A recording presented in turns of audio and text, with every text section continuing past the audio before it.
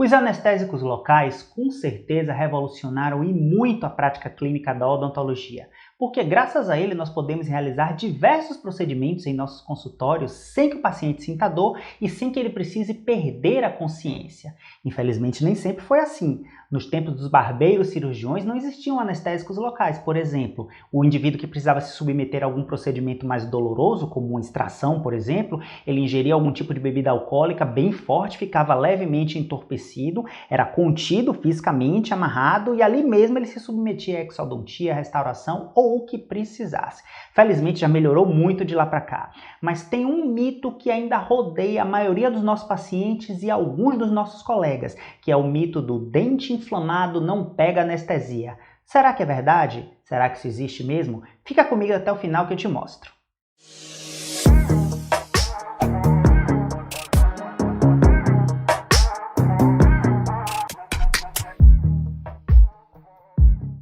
E aí galera, tudo beleza? Sejam todos muito bem-vindos a mais um vídeo do canal Perimplantar. E se você se interessa pelo tema de anestesias locais, eu tenho um convite a lhe fazer. Dos dias 5 a 8 de julho, nós vamos estar com o nosso workshop Anestésicos Locais em Odontologia, um curso completo, totalmente online, totalmente gratuito, onde eu, em 4 dias, em 4 aulas ao vivo, vou lhe ensinar tudo, eu disse absolutamente tudo, o que um clínico geral precisa saber para atuar de maneira apropriada e eficiente no seu consultório. Não só fazendo procedimentos inerentes à clínica geral sem dor, como também conquistando e cativando seus pacientes por isso. Clica no primeiro link na descrição ou no comentário fixado e se inscreve no nosso workshop e eu te espero você lá. Felizmente hoje nós temos uma série de drogas extremamente eficazes para trabalhar sem dor no consultório. São os diversos tipos de anestésico local que nós temos.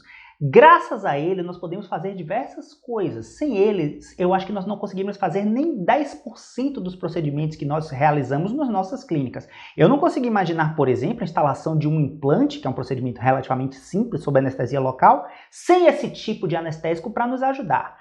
Mas, infelizmente, apesar dessas substâncias terem evoluído bastante ao longo dos anos e terem melhorado bastante, existe um mito muito antigo que nunca mudou muito, que é o mito do dente inflamado não pega anestesia, ou o dente inflamado é mais difícil de anestesiar. Isso faria com que eu precisasse, entre aspas, desinflamar esse dente antes de fazer um tipo de intervenção odontológica mais eficaz para sanar o problema do mesmo. Será que isso é verdade? Mas da onde é que veio esse mito? Por que ele surgiu? Bom, para explicar um pouco da origem desse mito, eu tenho que relembrar para você alguns conceitos de condução de estímulo nervoso e de anestésico.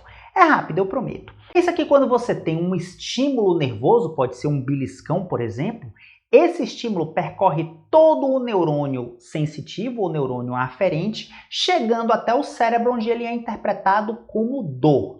Trazendo para a realidade da odontologia, o nosso estímulo doloroso pode ser, por exemplo, uma lâmina de bisturi incisando tecidos e o nosso neurônio aferente pode ser o pavio de uma dinamite. O bisturi aciona o detonador da dinamite, o estímulo nervoso percorre o neurônio, que seria o pavio, e quando o pavio vai queimando e chega até a dinamite, essa dinamite explode, que é o que o nosso cérebro interpretaria como dor. Mas como é que esse estímulo nervoso percorre esse neurônio aferente? Através de uma série de reações eletroquímicas. Vamos lembrar rapidinho como é que funciona. Aqui na tela a gente tem agora a imagem de um neurônio em repouso. Aqui onde eu estou passando o laser é a extremidade interna, seria o axoplasma, que nada mais é do que o citoplasma do neurônio. Aqui a membrana do nervo e aqui o líquido extracelular.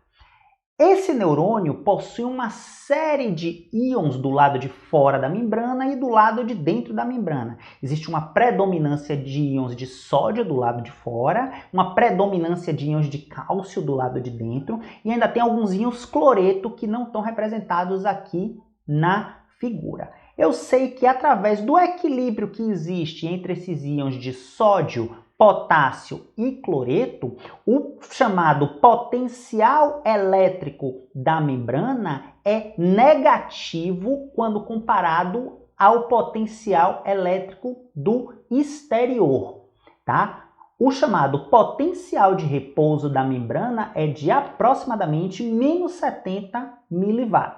Dessa forma, dizemos que a membrana do neurônio ela é polarizada, com a predominância de cargas negativas no seu interior e de cargas positivas no seu exterior.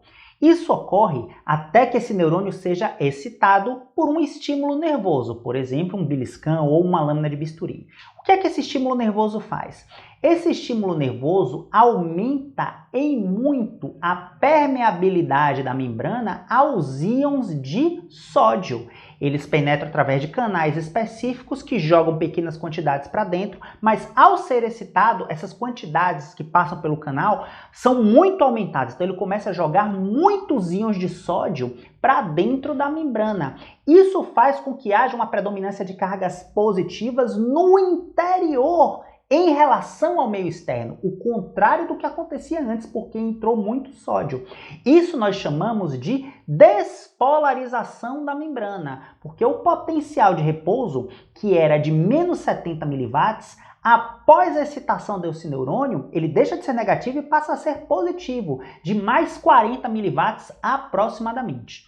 A etapa seguinte seria a repolarização da membrana, ou seja, o retorno ao estágio inicial, onde o estímulo nervoso passa, ao aumento da permeabilidade para íons de sódio cessa, ou seja, ela volta a ter apenas uma pequena permeabilidade, e por conta de querer equilibrar o gradiente de concentração, os íons de potássio saem de dentro da membrana para o meio externo, ou seja, aos poucos ela vai voltando a ter uma predominância de cargas negativas em relação ao meio externo, vai voltando a ter aquele potencial de menos 60, menos 70 miliwatts. Mas como é que os anestésicos locais agem nesse contexto? Os anestésicos locais nada mais são do que sais, oriundos normalmente de um ácido forte e uma base fraca. Esses sais se dissociam atuando sobre receptores específicos dentro dos canais. Lembra que a membrana tem canais que jogariam os íons de sódio para dentro? Os anestésicos locais se ligam a receptores desses canais, impedindo o aumento da permeabilidade da membrana ao sódio, impedindo dessa forma a despolarização da membrana.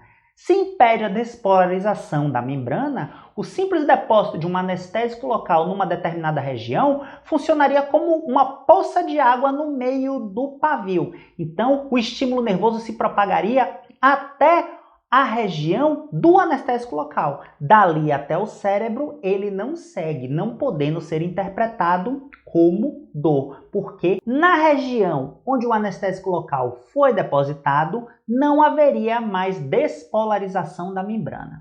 Você não lembrava ou não sabia dessa informação, não é? Fale a verdade, se só essa informação já não vale o seu like e a sua inscrição, é através do seu like e da sua inscrição que eu consigo mostrar para o YouTube a relevância desse vídeo e fazer com que esse vídeo alcance mais e mais pessoas que têm a mesma dúvida que você. Deixe seu like para fortalecer esse vídeo. Obrigado desde já pelo apoio, galera. Tudo bem, Jorge, mas eu até agora não entendi como funciona o mito do dente inflamado. Por que o mito do dente inflamado não pega anestesia? Vamos lá.